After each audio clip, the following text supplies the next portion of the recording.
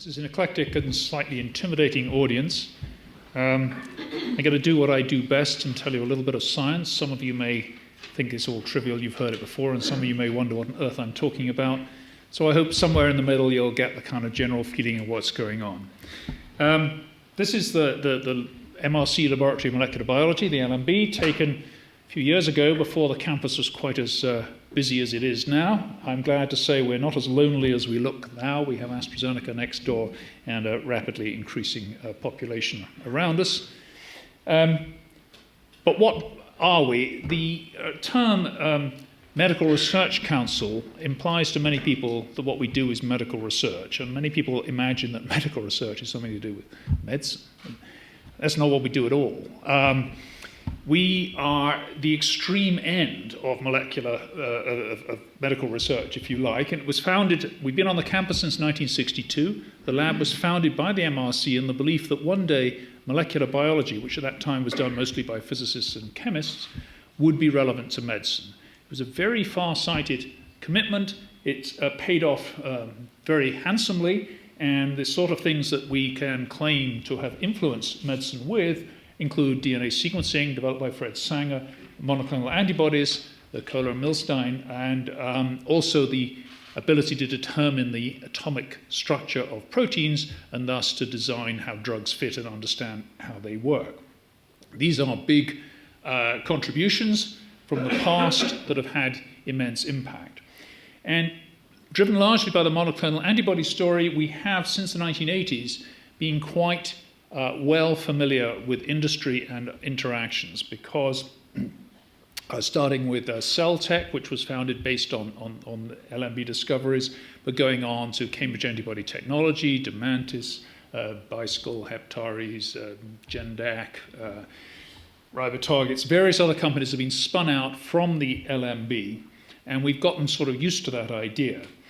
And the reason why we've had much more contact with industry than with patients is that the main impact, if you look back, that we've had has been in the development of new methods. Those new methods need to be developed and applied, and we do not get all the way to patients in one step. Always industry has helped or taken over the job and done it for us. And so we're quite used to that idea. And our job is not to do the development work that industry is so good at. Our job is to do what they cannot currently do. In fact, what appears currently to be impossible. And one day that will have an impact. So we have a very long lead time. And what I'm going to tell you about is a few things that are going on now that may one day turn out to be useful, may not. It's a high-risk business. We do, however, do all of this work with an eye on medical applications. We do care about that, and when we have the chance, that's what we do.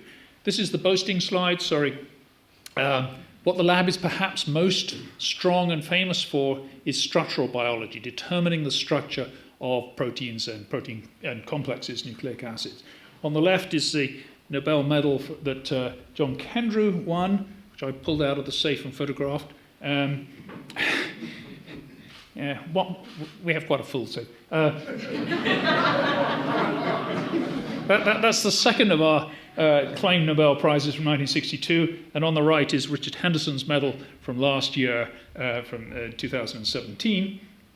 And in between, you know, there have been a few others. His is the 11th. What is it that, you know, has generated the current excitement in structural biology? Well, originally, back in the early days, X-ray crystallography was the technique that was developed. That required you to purify a protein. The protein then had to be crystallized. You made a pure protein as concentrated as possible, hoped you got crystals. You fire X-ray beam at it. The diffraction pattern is then interpreted and gives you an atomic resolution map of the structure. Now, the trouble with this is that step of crystallization has never been easy. It requires pure homogeneous protein. It works best with small proteins. They have to be rigid.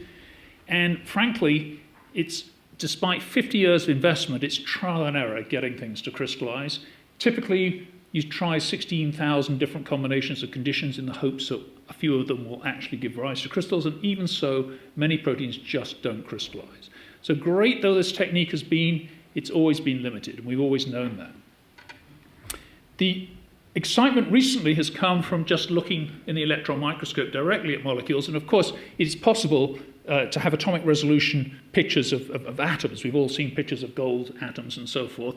So in principle, you just look at it. Now that is a picture, believe it or not, of the hepatitis B virus core, taken under conditions where you do not completely and utterly fry the molecule in the first nanosecond or so. The problem with looking at high resolution is you need a very bright light, and if you use an industrial laser to look at a flea, what you see is the charred remains of a flea.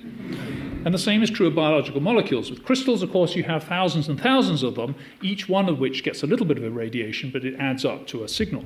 With the EM, you can't do that. So what you do is you take 100,000 pictures like that, and then you use a computer to say, okay, this must be a projection image of what I'm looking for. There must be information in that noise. All we got to do is sum them together, and we will get a structure. And remarkably, you end up with a structure like this. This is taken literally from things like this, and it's actually miraculous that it works as well as it does. That will show you alpha helices. This is relatively high resolution. You can push that to actually build atomic resolution models.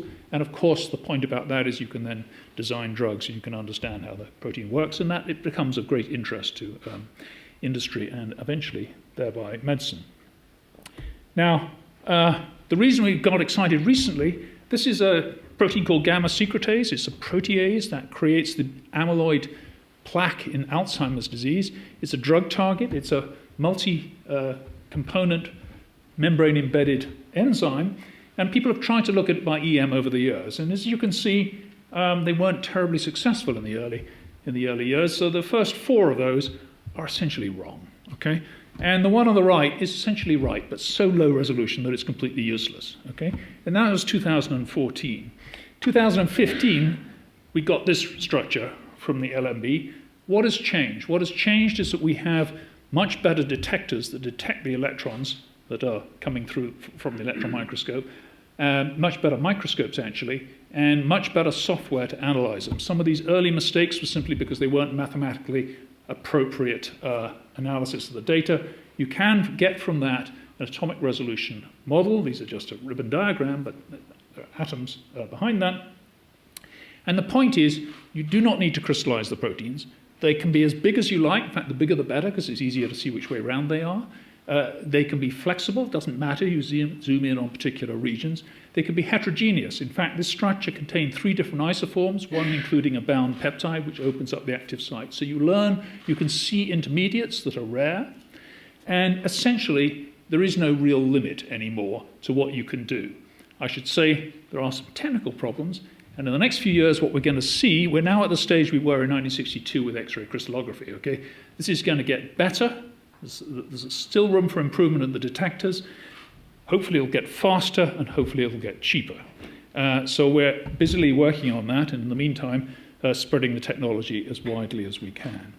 Going forward, the fact that you don't have to purify these proteins means you can go the whole hog and look at them actually in a cell, and you can do tomography. This is pictures of HIV particles, and here you've got a frozen bit of a cell, and you tilt it in the beam and take pictures of different angles, and from those different angles you can construct, just with a CT, like with a CT scanner, a 3D image.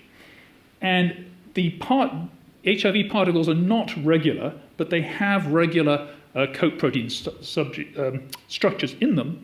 You can break that 3-dimensional model up into crude chunks which have the information in 3 dimensions of what the coat protein looks like, average those together in the same way that we did with the single particles, and start to see atomic models. And you can do this for more elaborate things. This is for those who know, the Golgi apparatus of a cell. This is where how proteins get secreted. This is a 3D tomogram, as we call it.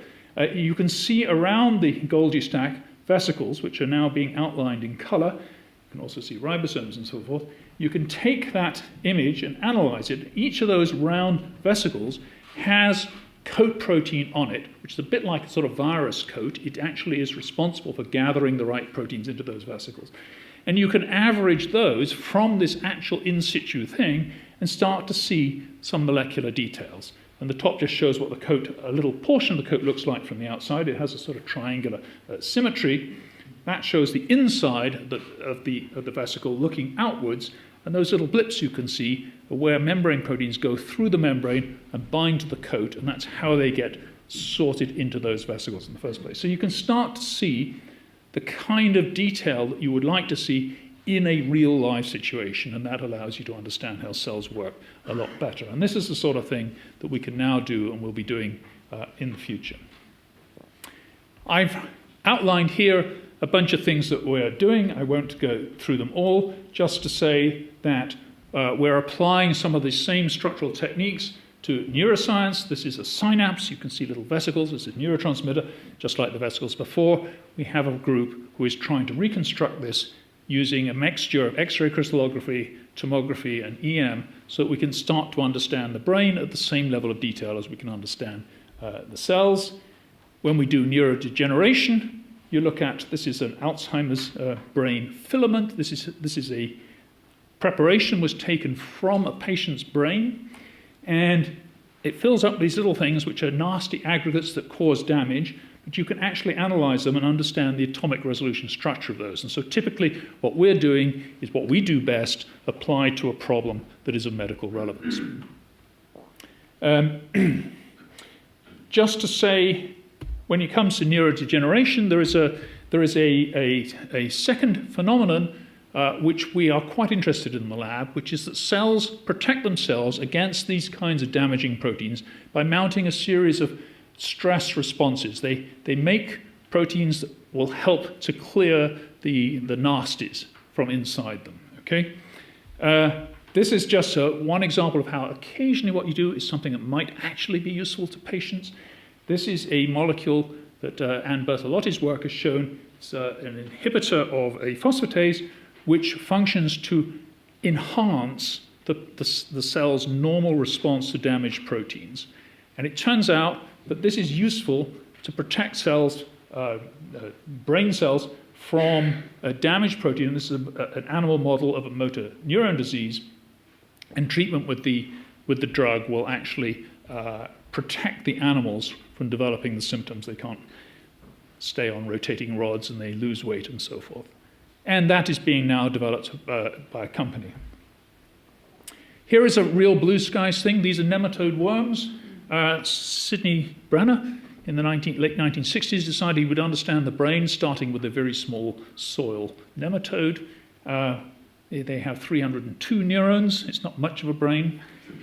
But this is looking at that same stress response, and these have been engineered to make a fluorescent protein when the cells are subject to this stress, when it's artificially induced, but this is what happens when you make a bad protein in the cell.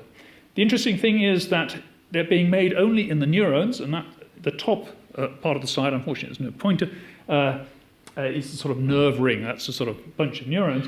The fluorescence you see at the bottom is because when the worm does this, remarkably, the gut cells, and these are gut cells, respond and also show this response.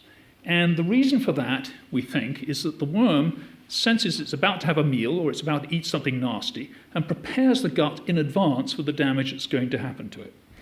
And that process requires a neurotransmitter, octopamine, which is the worm equivalent of noradrenaline, which is made by just 2 nerve cells, somewhere up in the head, close to the sensory part. And that is required to induce this response in the gut. This is very esoteric science, but what it tells you is there's an extracellular way of turning on what we all thought was an internal defense mechanism in the cell. And you can imagine that if you could harness this with a drug or an antibody, an extracellular way of turning on this response, just as the worm may turn it on in advance of getting poisoned or eating too much, perhaps you could turn it on in advance of making too much insulin and inducing diabetes. So this is the sort of thing that starts very far away, but one day may turn out to be really important for human disease. Here is another example, I should say. We're interested in, most proteins that are made in the cell, the ribosome and the little green thing there, get assembled into either a membrane or into a protein complex. And Manu Hegde in the lab has been studying what goes wrong when proteins don't get to where they're supposed to go.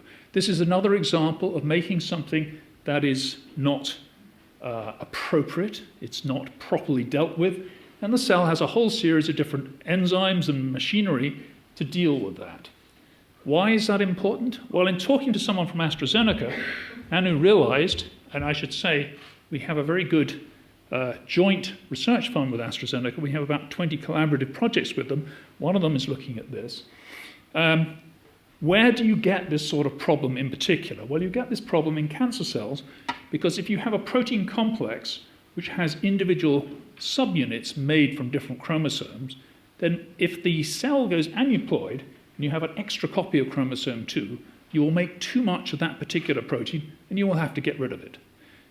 Cancer cells grow fast, they have very aberrant chromosomes. This is going on all the time. And so the question is, what are the mechanisms for dealing with these? And if the cells are now dependent on them, can you inhibit those and preferentially kill cancer cells? So again, this is a basic biological question which actually turns out to be potentially of relevance to human disease. One other thing I'll just mention, synthetic biology is perhaps a way of the future, and here's a couple of examples. You're all familiar with DNA, I hope. You have base pairing, you have a chemical backbone. You can make nucleic acids that look the same, except that the chemical backbone is different. This one has a 6-membered ring instead of a 5-membered ring. The fact is, these are non-natural things. Therefore, they don't exist in nature, and no enzymes have evolved to degrade them, so they're very stable. But they have the same properties as DNA, and Phil Holliger in the lab has evolved enzymes that will copy these things from and to DNA. And you could now use these to search for interesting sequences by copying the DNA to this new XNA. It's a DNA-like thing. And you can inject it into a mouse, for example, wait a week and ask how much has appeared in the particular tissue. You can pull out those molecules, and because they are themselves nucleic acids, you can copy it back into DNA. You can do many rounds of that and try to evolve things with particular properties. And that's of interest to MedImmune, and this is a collaboration with them. Finally, I should say, and I'll be very brief here, you can do the same. You can encode altered amino acids. Jason Chin is doing this. The trick here is to use one of the codons, one of the triplet bases that is normally used to terminate proteins, and use that to encode an unnatural amino acid. There's a lot of chemistry, a lot of evolution behind this. You can insert a non-natural amino acid into a protein. You can start to expand the repertoire of what you can make. But it's limited because what you're doing is you're using something that normally has another function, namely to serve as a full stop at the end of your protein sequence. But conveniently, if you look at bacteria, there are 6 different triplet base codons that encode a single amino acid, such as serine. They're recognized by different transfer RNAs, for those of you who are familiar with all this. Cut a long story short, suppose you were to resynthesize the entire genome of this bacterium and take out some of those codons and just use some of the others instead. You would then free up some of the 64 possible base triplets, and you wouldn't be using them at all to keep the bug alive. You can now use them to make new things with 100% efficiency and multiple inserts. We got it all synthesized. It's about halfway through being assembled into a bacterium. Within a few months, we will have created a life form which has the potential to do things that we've never been able to do before chemically, and who knows what we'll use it for. But that's partly the sort of applications of the future. So just to finish with a summary, we are part of the ecosystem here. We benefit from our collaborations with industry. We create people who get employed, and that builds a network that we're now very familiar with. And just to say, good things take time. Don't expect wonders tomorrow. I've given you a flavor of the sorts of things. This is going to be another 20 years before we get there. Thank you.